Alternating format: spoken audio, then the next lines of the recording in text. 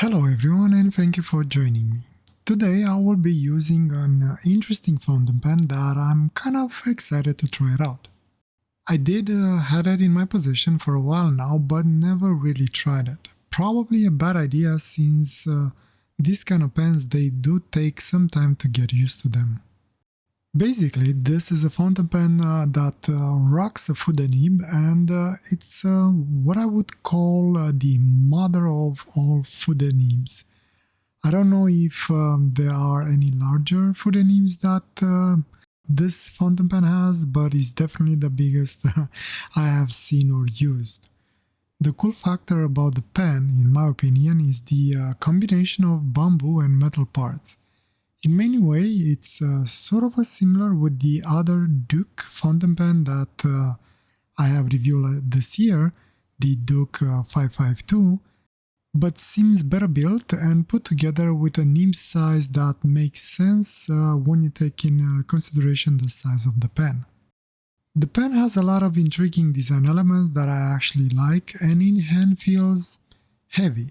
And that is because of its size and girth and because of the fact that as far as I can see, with the exception of the barrel that is bamboo and the plastic insert inside the cap, the entire pen seems to be made out of metal. I assume it is brass and it's chromed or something like that. If I am wrong, please do correct me in the comment section below. I do like the way that it has, but I know not everyone likes a heavy pen. So be mindful of that before purchasing one. And if you do care to post it, the pen does post quite securely, but is a little bit shallow and makes the pen even more heavier, especially towards the top. A lot of the weight that the pen has is in the cap. Personally, I doubt I will ever use it posted. The other thing that I like on the pen is the actual clip. Pretty cool clip with some really nice design elements on it and quite functional as far as I can see. One thing that I'm not too crazy about it's the section of the fountain pen.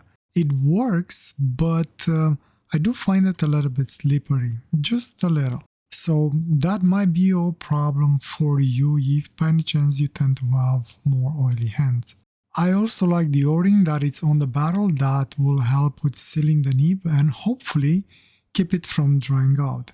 The odd thing though, there is no O-ring on the section to help with keeping the barrel in place. But from my tests, never really had an issue with the barrel coming off, actually it snags down pretty nicely. And lastly, I like that there is a converter included with the pen and it seems to be pretty well built and good quality. Now on to the most impressive part of the fountain pen, the nib. This nib has a very large bend in it. The interesting part is that this nib actually has 3 tines, not 2, and it comes with an overfeed attached to it, which in theory would help with the ink flow a lot. For today's ink, I was in a little bit of a battle on what to use. I was looking at the Jacques Herbin Stormy Gray or the Banmi Blue Black. Ultimately, I decided to go with the Stormy Gray first, at least, only because so far I have only used this ink once. Because it has, shimmer in it, or mica, and doesn't really play very good with extra fine nibs that I usually use. But I thought that this might be a perfect flow test, so that was that. I also kept the Banmi close by and was planning to switch to it in case I have any issues or if I run out of ink. The writing was, worse mess than usual. As you can probably tell, I don't have a lot of experience using fude nibs for writing, actually at all. But I guess with some practice I could see the potential behind it, especially in the hands of someone that enjoys calligraphy more than I do. It's definitely fun to mess about with. The only disappointment on my side with a nib is that I was not able to use it on reverse. At least this specific nib that I have doesn't really behave well on reverse. so I might have some issues getting some thin lines out of it. I don't know if it's because of the ink not flowing that good because it has the mica particles in it. Anyway, it was an interesting experience to try and write with. One thing is for sure, this is the nib that you want to use with all your shimmery inks. It looked pretty despite of my horrible handwriting. So I'm going into this a little bit blindish. I have used fude nibs in the past, but they were used more for the purpose of filling in a lot of blank space with ink rather than actually trying to get some interesting shapes out of it. I fully went in expecting a complete mess out of it.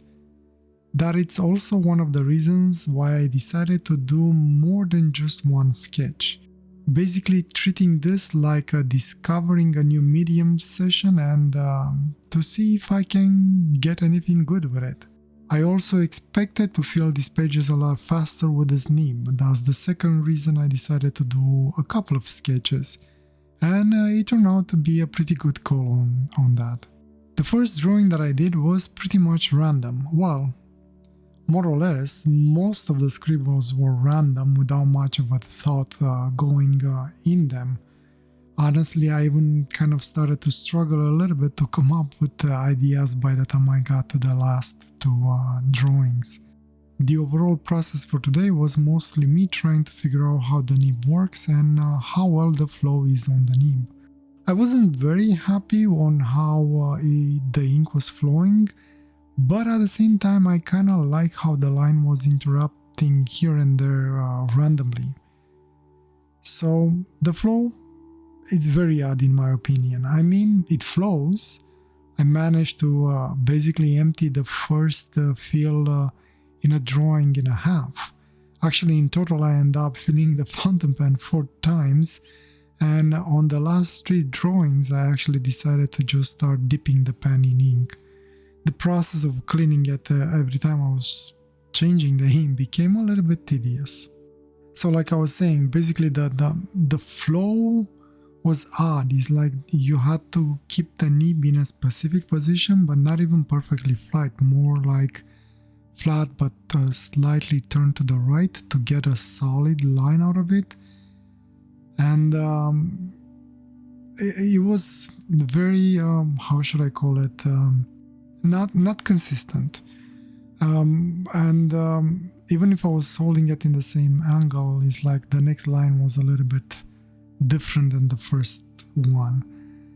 Anyway, in the end I actually ended up using 3 inks. I used the Jacques Herbin Stormy Gray for the first 3.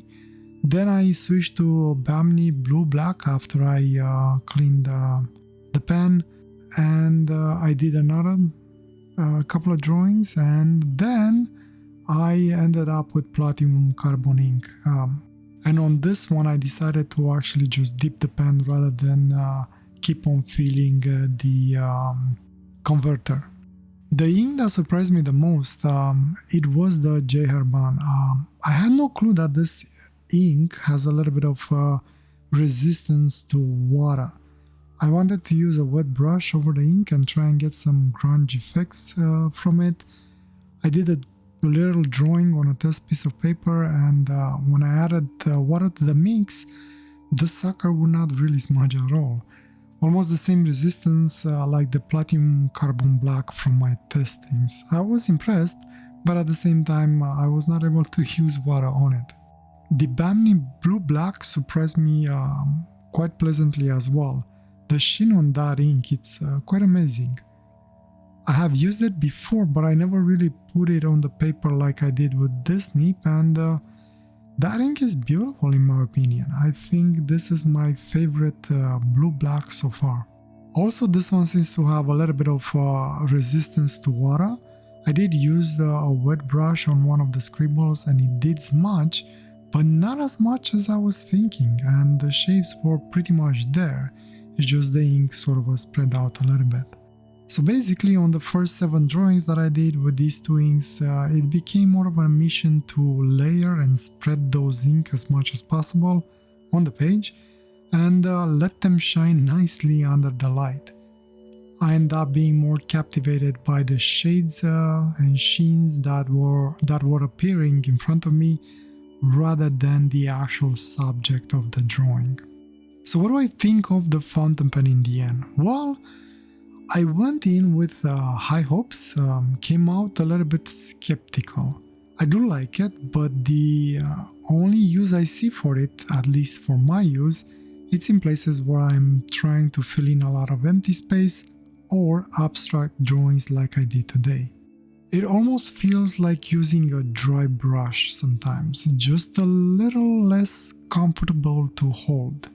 Speaking of comfort, my middle finger, the one behind the section that basically supports the weight of the pen, started to hurt a little bit around the fifth drawing. By the end of the last drawing, I have to admit I kind of just wanted to be done with it because I didn't want to hold the pen in anymore, so I kind of rushed the last sketch. That's why I'm not very proud of it. Looks a little bit odd. But anyway, it was done.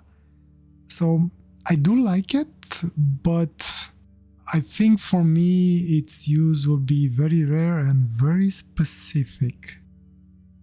Anyway, I think this is where I will stop talking and I will let you enjoy the rest of the time-lapse. And if you have any comments, like usual, please leave them below and I will try to reply to them as soon as I get a chance. Thank you for joining me today. Hope I'll see you next time, and I wish you all the best and a wonderful day or night, wherever you are. Take care. Bye.